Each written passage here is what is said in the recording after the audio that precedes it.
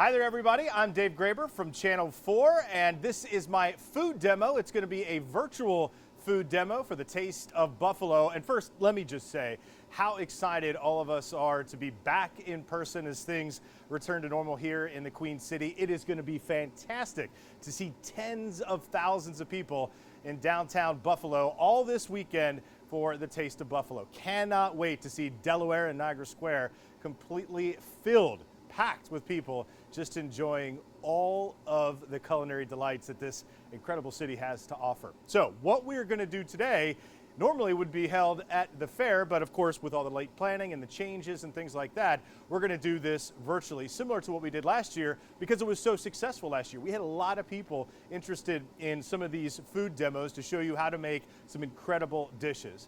Today, we are going to make a Chick-fil-A inspired Southern sweet and spicy fried chicken sandwich. Now, that has a very long title, but it is a very simple sandwich to make. A little bit of background on this. We saw, I worked the morning show with Mel Orleans, and we were watching some of the commercials in between our news, and the Chick-fil-A inspired sandwich came up, and it had pimento cheese and pickled jalapenos and this big juicy fried piece of chicken that was just melt in your mouth.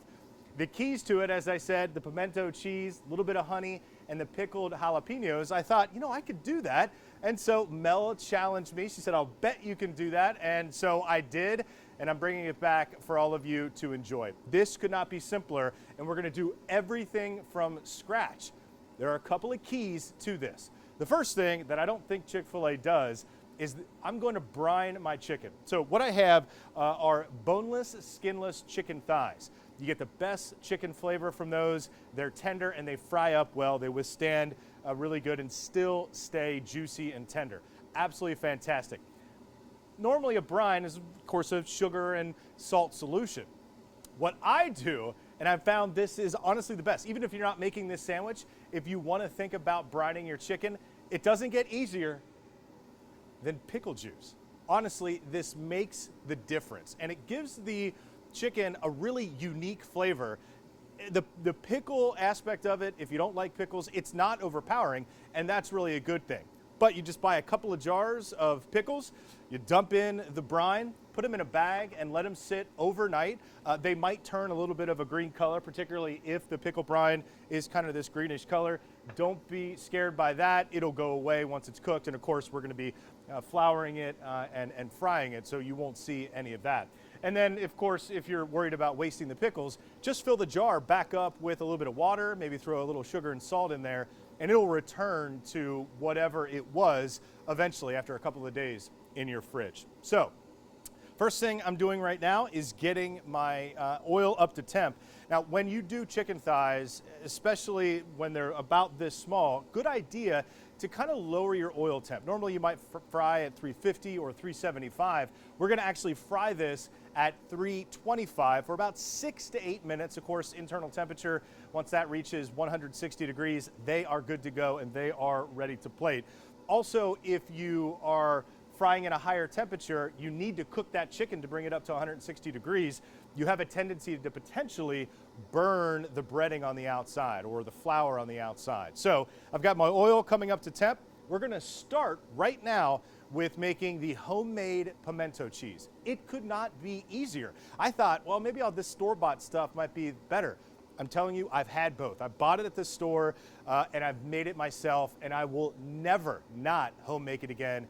It could not be easier. So what we're gonna do is take some of these pimento peppers. You can use any pepper you want. These are kind of sweet and spicy, not too much spice, so that's a good thing.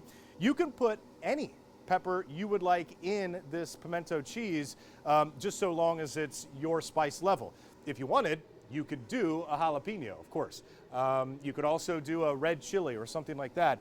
Now, these pimentos are great. They're not overpowering. They still give a pepper taste, and there's just a little bit of zing in there for you. So we're going to cut these up first, and you can use as much or as little of these as you like. I'm just going to kind of plain and dice them there. You want them pretty small so they can mix in easily with that cheese. All right, so we've got enough there. Now, so what is pimento cheese actually made of? Well, the simplest ingredients are a little bit of, 1 block of cream cheese, a little bit of mayo, and then you've got some onion powder and garlic powder for flavor. And then cheddar cheese. Any kind of cheddar cheese would be good. I would say stay away from a really sharp cheddar cheese because that might overpower the sort of creaminess that the pimento cheese is. But it's really just these ingredients. So my ratios that I'll use, and again, this will all be on the website, block of cream cheese, 1/4 cup or so of mayo, 8 ounces of cheddar cheese, and then maybe a tablespoon or a teaspoon of both the garlic and the onion powder. And then you just mix it up. Make sure your cream cheese is softened. That's always a lot easier to mix it up that way. But the mayo being in there will help it break down as well.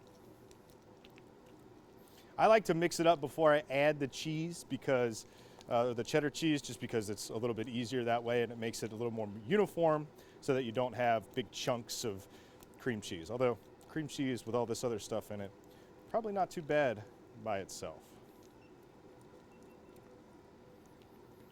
Okay. I will add the cheddar cheese. And I have to say, it is probably not a bad idea if you wanted to make a double order of this. You can use it on so many different things. Of course, you can make it for a holiday or a nice cookout or something like that. Put it on a burger, for example. That would make it really, really good, of course. You could also make it into your own cheese ball. This is something that I think a lot of people have traditionally done. I don't do a lot of cheese balls, but this is a pretty easy example and recipe for one of those cheese balls.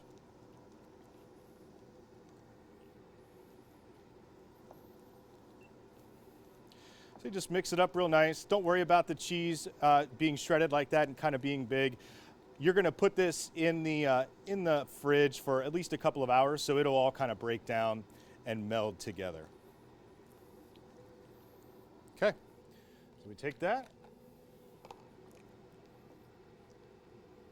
stick it into a tub.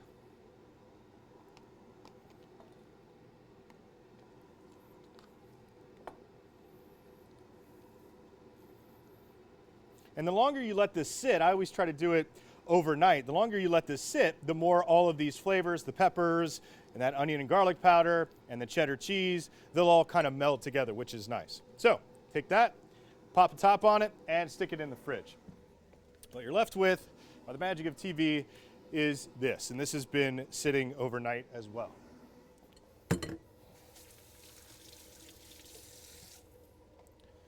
Okay, now, moving on to our pickled jalapenos. This also is something that I don't think enough people really do at home. You can do a couple of different versions of pickling. You can do a quick pickle, which is a different ratio of vinegar or different type of vinegar and sugar, as well as some salt. As I'm taking a look at my oil, we're popping here, so we'll bring it down just a little bit. Okay, a little bit longer to go. So, in order to pickle something, again, that mixture of sugar, white vinegar, and some spices. I like to add garlic and thyme to this as well. Super, super easy. Here is a tip for jalapenos, or really any spicy pepper. If you're going to be getting into a jalapeno, it is probably a good idea, because we're going to leave the seeds in this, so that's always kind of a smart thing to do. But gloves are a good idea. Some people might skip it and just say, oh, it's no big deal, I'll wash my hands. You can wash your hands a couple of times and you're still gonna have a little bit of that capsaicin oil from the ribs and from the seeds from that jalapeno that you cut up on your fingers, underneath your nails or something like that. And then later in the day you go to scratch your eye and all of a sudden it's like pepper spray in your eye. Not a good thing at all. So I always wear gloves when I cut anything beyond, jalapeno and up, particularly habanero or something like that that's really hot and that has that oil that is so attractive to your skin, it just stays on there. And you could wash your hands a couple of times, and like I said, it will stay on. So all we're gonna do is slice up some jalapenos into rounds and then stick them in a dish with the pickling liquid, and you will get what you need. I did that as well. We'll save a little bit of time, and it's super easy. So the jalapenos into rounds, I added a couple of cloves of garlic, and I added some thyme as well. I let this sit overnight. Again, the recipe for the ratio is about a cup of white vinegar to a half a cup of sugar, and then I throw a couple of tablespoons of salt in there as well. Easy, stick it in the fridge overnight, and then your jalapenos are really have a nice zing to them and go really well to balance this sandwich out. All right, now that you've got the pickled jalapenos all done ahead of time, you have the pimento cheese all done ahead of time, it is time to start frying the chicken. And again, these are simple things with simple ingredients that go a long way. A couple of things to note about this sort of breading or the flour mixture that I'm using. In addition to just regular all-purpose flour, I also throw cornstarch in there. The ratio that I use, and you can change this up and experiment however you like, is 2 cups of AP flour to a half cup of cornstarch. I usually probably go a little bit over. Of course, that cornstarch is going to make it nice and crispy. It'll also help the mixture of the flour and the spices to cling to the chicken thighs. The other thing that I do, of course, you always got to season your flour. I don't care if you're making regular fried chicken, if you're making a chicken sandwich, whatever you're breading, whatever you're flouring to fry, always use some spices or at least some kind of flavor inside that flour. Otherwise, you miss the opportunity to inject more flavor into your dish. So I had some salt and some pepper. I also went back to the onion powder and the garlic powder. Because this is a spicy dish, I also don't skip on the cayenne pepper in here. And you can be kind of generous with the cayenne pepper because, again, this is about 2 to 2.5 cups of flour. So I do a nice dusting of that, and then I'll whisk it in. And it does add a little bit of spice to it. If you're used to frying chicken, if you're used to, like chicken pieces, what have you, a lot of people do use the cayenne pepper, so it's always a good thing. So you just kind of mix that up, and there we are. The other thing that we're going to use to make sure that this adheres well is buttermilk. That is a very common thing. This is no different. So after the pickle brine, you dry it off, dump it in the buttermilk. Always use that one hand because you'll get club fingers, and that's okay. Make it a nice coating. Press it down, make sure it's in there. And if you want it, I don't recommend this because you are talking about a chicken sandwich and you don't want it to be overpowering. You could double dip. You could go once more back into the buttermilk and then back into the flour. That's kind of your preference. I only do it once. Make sure it's good and coated. Here is another key. You want to allow whatever you're frying to rest as much as possible. That resting will do a lot of things. One, and the biggest, is it'll help the flour and the buttermilk and all of your breading, whatever your coating is, to adhere to that chicken. Otherwise, when you throw it in the fryer, it's just going to puff up and probably fall out. Not a very good thing. So, by the magic of TV, I have, of course, some already done. These have been sitting for about 10 or 15 minutes. Now, that is an important step, and there are 2 things about that. Not only does it help to adhere, but it helps that resting on the counter, not in the fridge, on the counter, helps the chicken come down closer to room temperature. Anytime you're cooking protein, at least that's the practice that I use, you want it to be as close to room temperature as possible. If I threw frozen cold chicken or ice cold chicken into this oil, it's going to drop my oil temperature more dramatically, and that's going to affect your timeliness of how long this takes.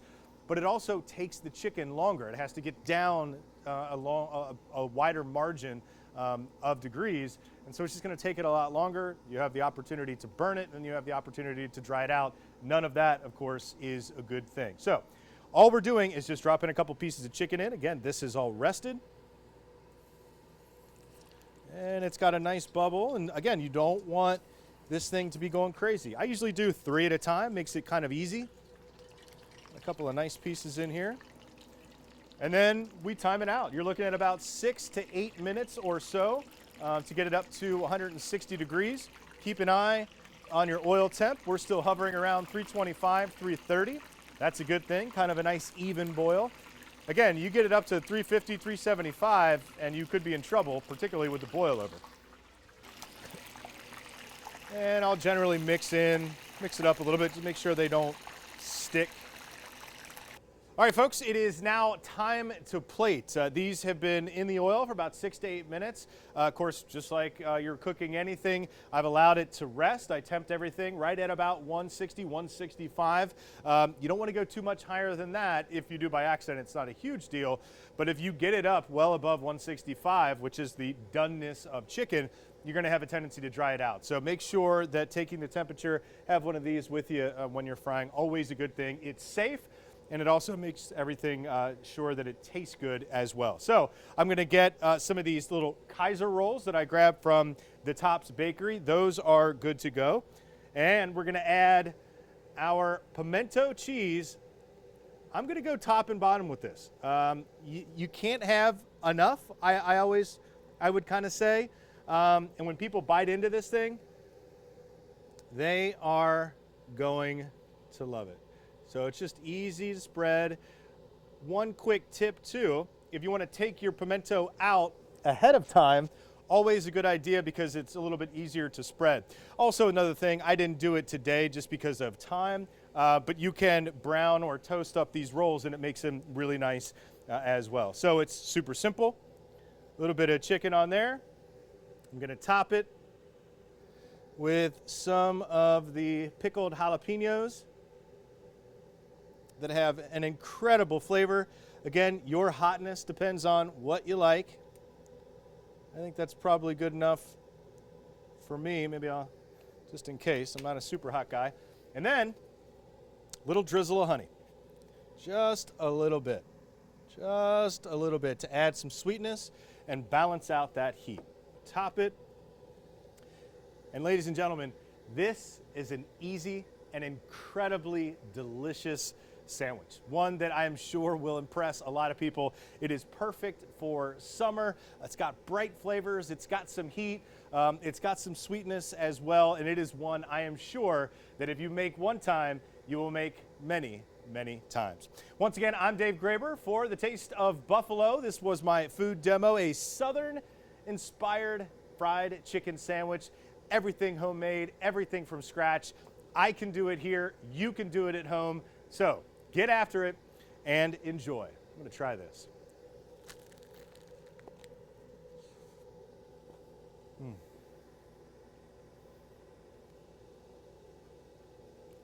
Wow.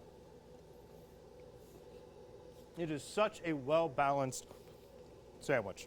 A little bit of heat, sweetness, the creaminess of the pimento cheese. Wow. All right, well, that's all from me for now. Enjoy this weekend for the Taste of Buffalo.